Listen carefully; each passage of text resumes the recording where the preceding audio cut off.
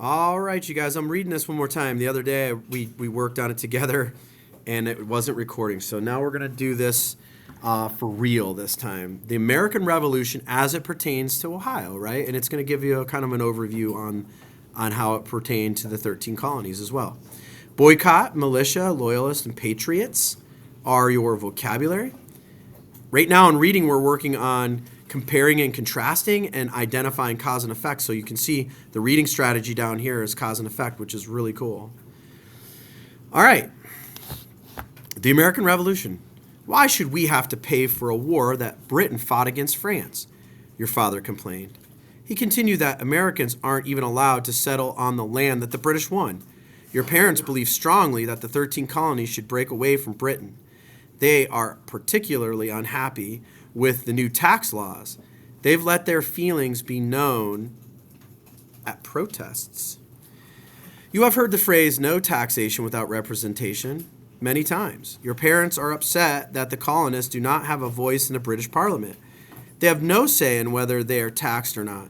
You think it is unfair too. Even so, some of your friends and their parents still support the British. They say that Britain fought the French in Indian War to protect the colonists. Colonists protest on the street right there. Look at that. All right. Colonists protest the new taxes. Wars are expensive. British leaders thought it was only fair that the colonists help pay for the French and Indian War. The colonists disagreed because they did not have a voice in the British Parliament. They felt that their rights as British citizens were being violated. The Stamp Act and the Townshend Acts. In 1765, Parliament passed the Stamp Act. This tax forced colonists to buy stamps for everything made of paper. This included newspapers, journals, and playing cards. Colonists were not happy about the tax or the fact that they had not agreed to it. A group called the Sons of Liberty planned to boycott the British goods. To boycott means to refuse to buy goods or services. Leaders called patriots spoke out against the British government. For example, Patrick Henry gave speeches in Virginia. The protests worked, and in 1766, British government repealed or canceled the tax. Parliament raised taxes in other ways. In 1767, it passed the Townshend Acts. They established taxes on goods such as tea, glass, and paint. Colonists organized more protests. The colonists take action. British leaders worried that the colonists, especially those in Boston, were out of control. They sent troops to the city. The people of Boston weren't happy with all the soldiers. Some residents were forced to allow soldiers to stay in their homes. On March 5th, 1770, a crowd of angry colonists began to tease some of the British soldiers. When the crowd refused to go home, the soldiers shot into the crowd. 5 colonists were killed. News of the Boston Massacre shocked the colonists. Parliament repealed the Townshend Acts in 1773, but added a new tax on tea. In November, angry Boston residents protested by refusing to allow 3 British cargo ships to unload. On the night of December 16th, about 50 colonists dumped the ship's cargoes of tea overboard. Parliament punished the colonists by passing the corrective acts. These acts closed Boston Harbor, banned town meetings, and sent over more soldiers. Colonists grew angry about what they called the intolerable acts. And here's what silversmith Paul Revere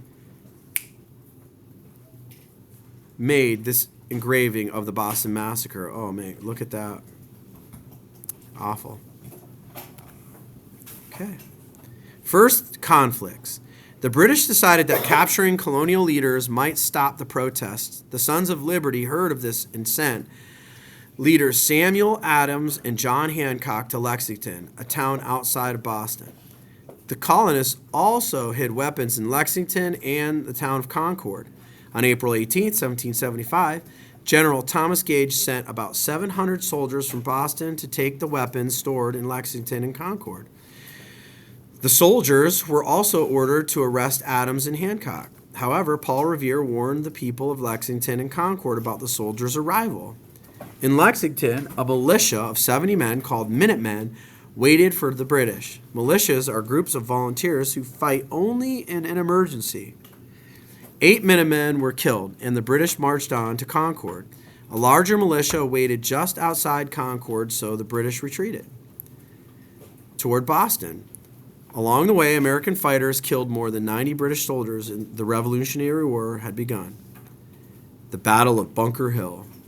British General Gage decided to attack hills around Boston. Again, the colonists learned of the plan. A militia was sent to protect Bunker Hill across the Charles River from Boston. Instead, the militia decided to protect Breed's Hill, which was closer to the river, right?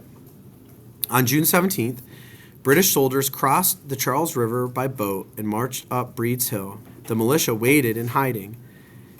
Twice the British charged up the hill, only to be stopped by the militia. Finally, the Americans ran out of ammunition.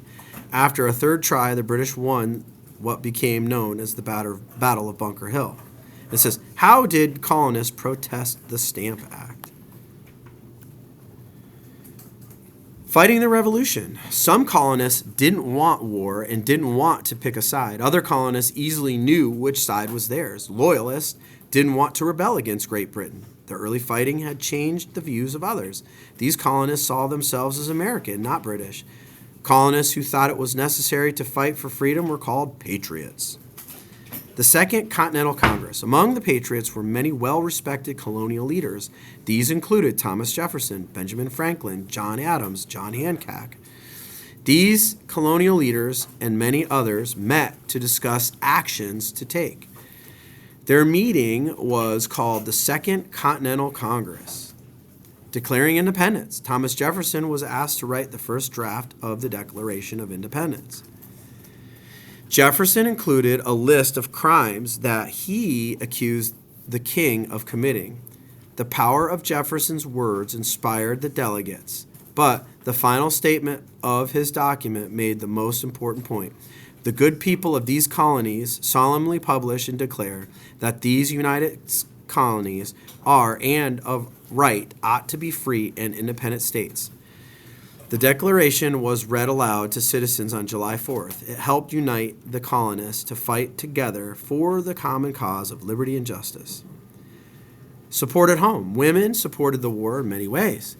Some took over family farms and businesses. Others wrote about the war. Still others cared for wounded soldiers on the battlefield. About 5,000 African Americans served in the Continental Army.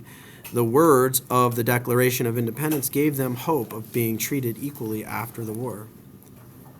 And so this is where you're going to watch this. This is a BrainPop video on the American Revolution, and then you're going to make a little button over here, and you're going to write 5 facts that you learned. Patriots face problems. The Americans faced some problems. Money was in short supply to pay for the cost of war. Also, food shortages were common. On top of that, the Continental Army was not as well trained as the British Army. By October 1776, the Americans had lost several battles. Some people began to question General George Washington's ability to lead. The Americans needed a win, and they needed it fast. Washington decided that a sneak attack on the enemy in Trenton, New Jersey, was the best plan. However, travel across the icy Delaware River from Pennsylvania to New Jersey proved difficult. The Patriots finally reached the shore at 4 a.m.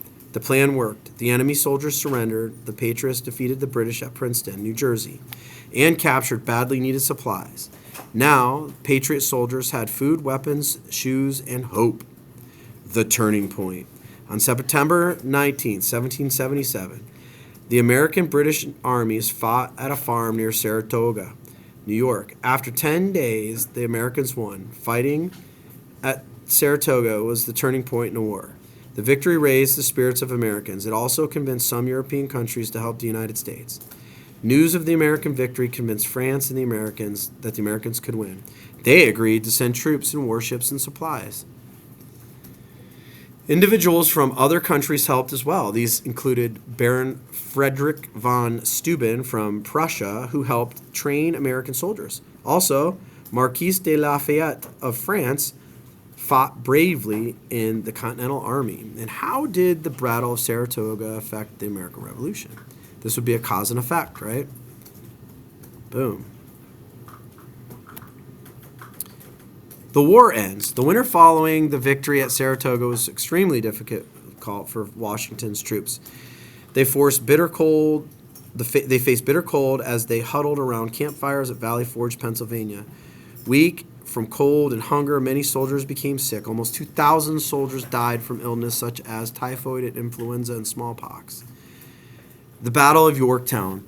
After that, the Americans fought battles in the north and the south and in the area to the west. Then, in the summer of 1781, British General Cornwallis led 8,000 soldiers to Yorktown, Virginia. First, the Americans managed to cut off supplies to the British soldiers. Then they surrounded Cornwallis. The two armies fought for 2 weeks. During this time, the British were not able to get fresh supplies. And on October 19, 1781, Cornwallis finally surrendered to Washington. The British government agreed to begin peace talks. In 1783, Treaty of Paris ended the American Revolution. The 13 colonies were now known as the United States. They had formed a brand new nation. What caused the British surrender in Yorktown? Okay. You're going to answer these questions here. Explain why the colonists were willing to fight during the American Revolution. You're going to write your answer down here. Okay. All right, there you have it. Tadero out.